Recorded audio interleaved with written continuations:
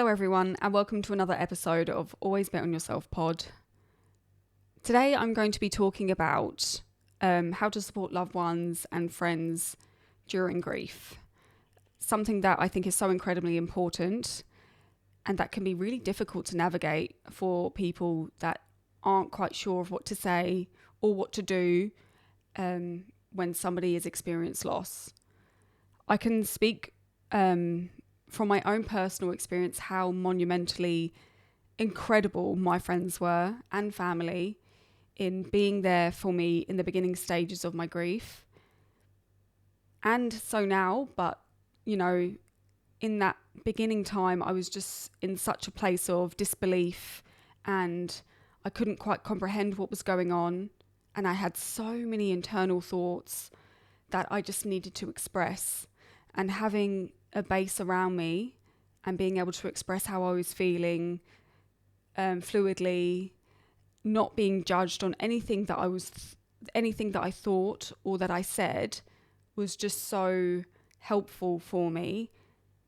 And I think we all need that.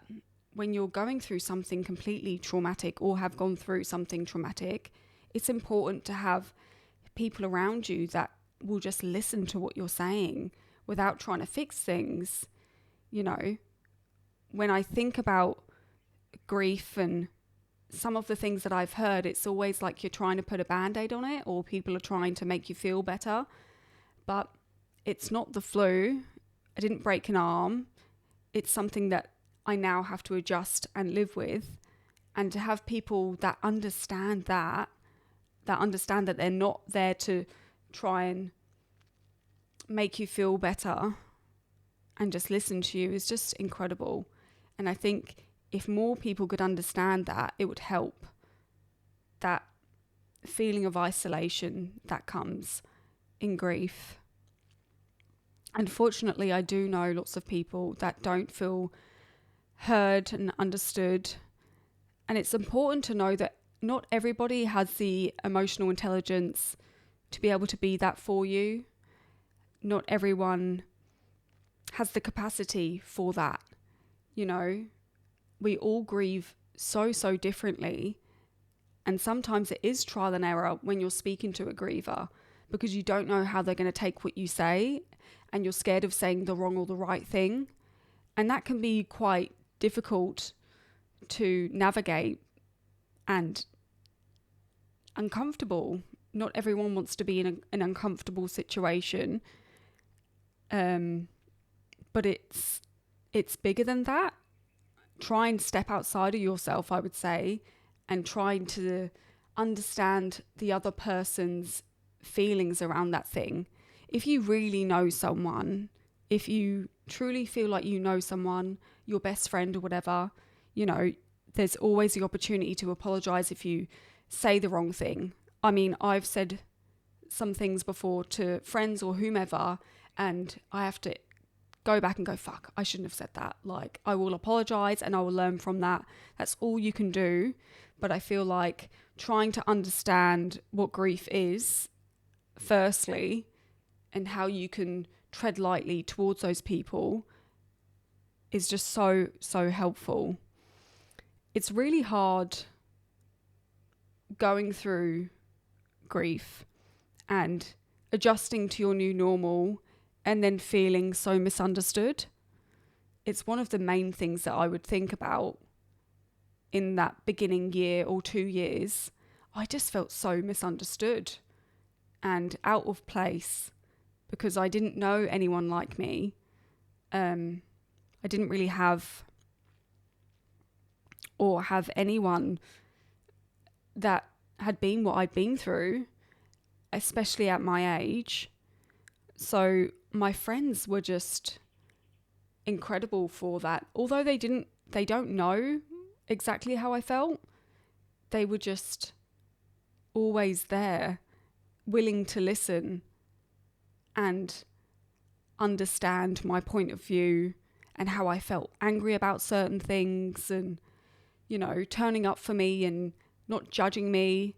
It's just one of the great things that we can do for people, and more people need to do it, in my opinion. I wanted to get into a little bit of platitudes. It's a remark that can be really unhelpful to grievers. And I know an unfortunate amount of people that have heard this kind of repetition of sayings or remarks that are just really, really unhelpful. So that can include something like, oh, you'll find someone else, don't you worry. Oh, you'll have another child. Things happen for a reason. You know, all of those unhelpful statements can be just so damaging to a person's soul when they hear that. And it's an unconscious thing that lives in all of us, I believe. We've heard it throughout our lives. It might be on whatever it's been on, and it's just ingrained in our brains, but it's something that needs to be shifted because it's really, really unhelpful and a little bit ignorant, honestly. We need to shift our talk on that and try and just be okay with not knowing what to say all the time. You know, I've met some people and I have not known what to say, but the statement of, I love you, I'm there for you, I'm always going to listen to you, and what you have to say, don't feel shy in censoring yourself. However you feel is how you feel. It's okay to let it out. It might be completely bonkers, but who gives a fuck? Say what you have to say, get it out of yourself, you know? I think if we had more of that, there'd be less misunderstanding and less of that, you know. And it's a shame that we have to have, I'm trying to find the right words. It's a shame that we have to have that. It's a shame that we can't delve into all these uncomfortableness. It's a shame that we don't know how to approach these things and things are better left unsaid.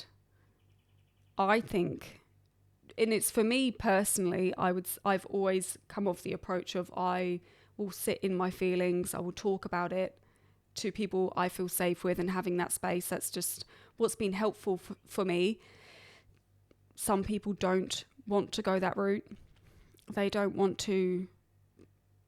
It's so painful for them to talk about. They don't want to speak about it.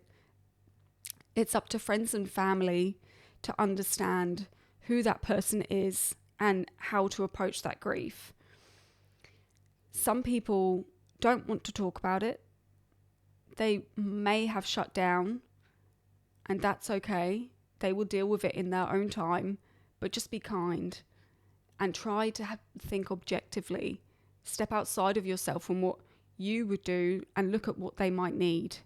You know, it's a really tricky thing to navigate. It honestly is, and I don't have all the answers. I'm just coming from my own personal experience, but I just know that having people around me and listening was so incredibly healing for me. So healing for me. And it can be healing for other people too. That recognition is so important. Understanding that it's not your job to fix someone is such a big thing, I would say.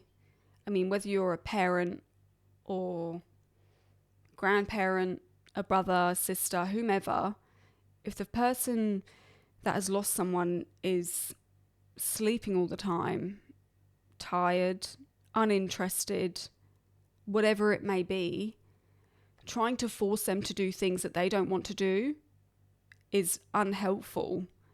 It is nobody's job to tell a person when they need to feel better. I've said that before, but it's so true. That person that has lost someone is tired, mentally tired, physically tired. Like, the toll that it takes on your body when you are going through grief is insane, quite honestly. I still have days where I feel completely wiped out and tired. It just takes such a toll on you, and it's nobody's business to start telling you when and how you should feel better. No, And unfortunately for people that don't advocate for themselves a lot, they might feel pressure to do these things and to go to that party or do whatever that outing is. They don't want to socialize. They want to be at home and sit with their feelings and mend their heart because it's fucking broken. Like, let them grieve. Grieving looks uncomfortable to people, and it is uncomfortable. Be fortunate that you don't have to go through that. Just be there for that person. Listen to that person. If that person is telling you, I don't want to do that, let them. Now, of course, if it gets to a certain amount of time, years down the track, and this person is still not okay, maybe there needs to be an intervention of some sort. But within that first couple of years, you have to give that person some grace, that time to be sitting with themselves and trying to come to terms with the unimaginable. You can't even comprehend how hard it is to just understand what has happened. It takes you outside of yourself and you don't even feel like a human being for such a long time. It's like I'm a walking zombie, and now I have to go back to work, and I have to smile, and I have to speak to bloody Becky, who's telling me about her boyfriend not doing this and that and the other, and I'm like, I don't care. I'm barely surviving here, doll. I don't want to hear about your boyfriend and his fucking, is he watching games too much? I don't care. Like, too much for my brain. Helpful tasks. Things that you might be able to do to help someone in grief. For me personally, I think the little chores, like I know when Matthew was sick, I had friends made up some food and things like that. The last thing you want to do is cook and do all of those things. It can be actually really quite taxing. Everything is just 10 times hard. If you have children, or if somebody has children, maybe taking them to school, doing lunch boxes, doing little things for that person, taking affirmative action. Because when you ask someone, how can I help you? What can I do? It's like, I don't know. I don't even know what I need in this moment in time. I don't know how I'm supposed to give you my brain is completely scrambled. So being able to just find a little something, a little task that can alleviate someone's mental load of dishes or groceries or, just little things that a person can do is so incredible, and it's so helpful and kind. Those small things that people have done for me, I will never forget. That's bringing me breakfast or coffee in the morning when I haven't felt like leaving the house, or getting a few groceries for me, is just been incredible. And it's those small little things that you can do that can help someone, remembering the person's death date is such a small thing, but it means so much. I'm forever grateful for the people that message and remember, because that lives with me forever, and he was such a big person in my life and always will be. And unfortunately, things do taper off, and people they won't be there anymore. You lose a lot when you lose someone. You lose friendships, and that their life that was intertwined with yours, their friends and whatnot will taper off, and you have to adjust to that, your new normal. But for the people that are still in your life and want to be in your life, cherish them. And those moments where people go out of their way to remember their birthdays or death anniversaries is so incredibly kind and important.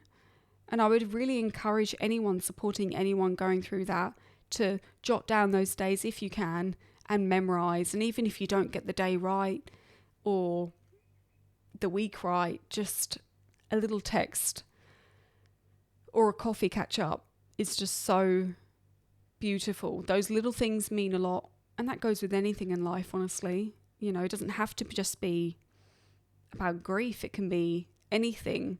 Doing small acts of kindness for people go a long way, and that's something that we should all be doing and be better at, I personally believe. What a better way for people to behave and just be in life. Well, this has been a really short and sweet episode. I hope it is kind of given some insight into what it can be like to help someone, and just to see the point of view from a griever's lens. As I said, my experience will be different to another person's, but regardless, I think the more that we speak about our own personal experiences with grief and how we can be supportive, it's important. So I really, really hope it's given you some understanding and some insight as to how you can help someone else.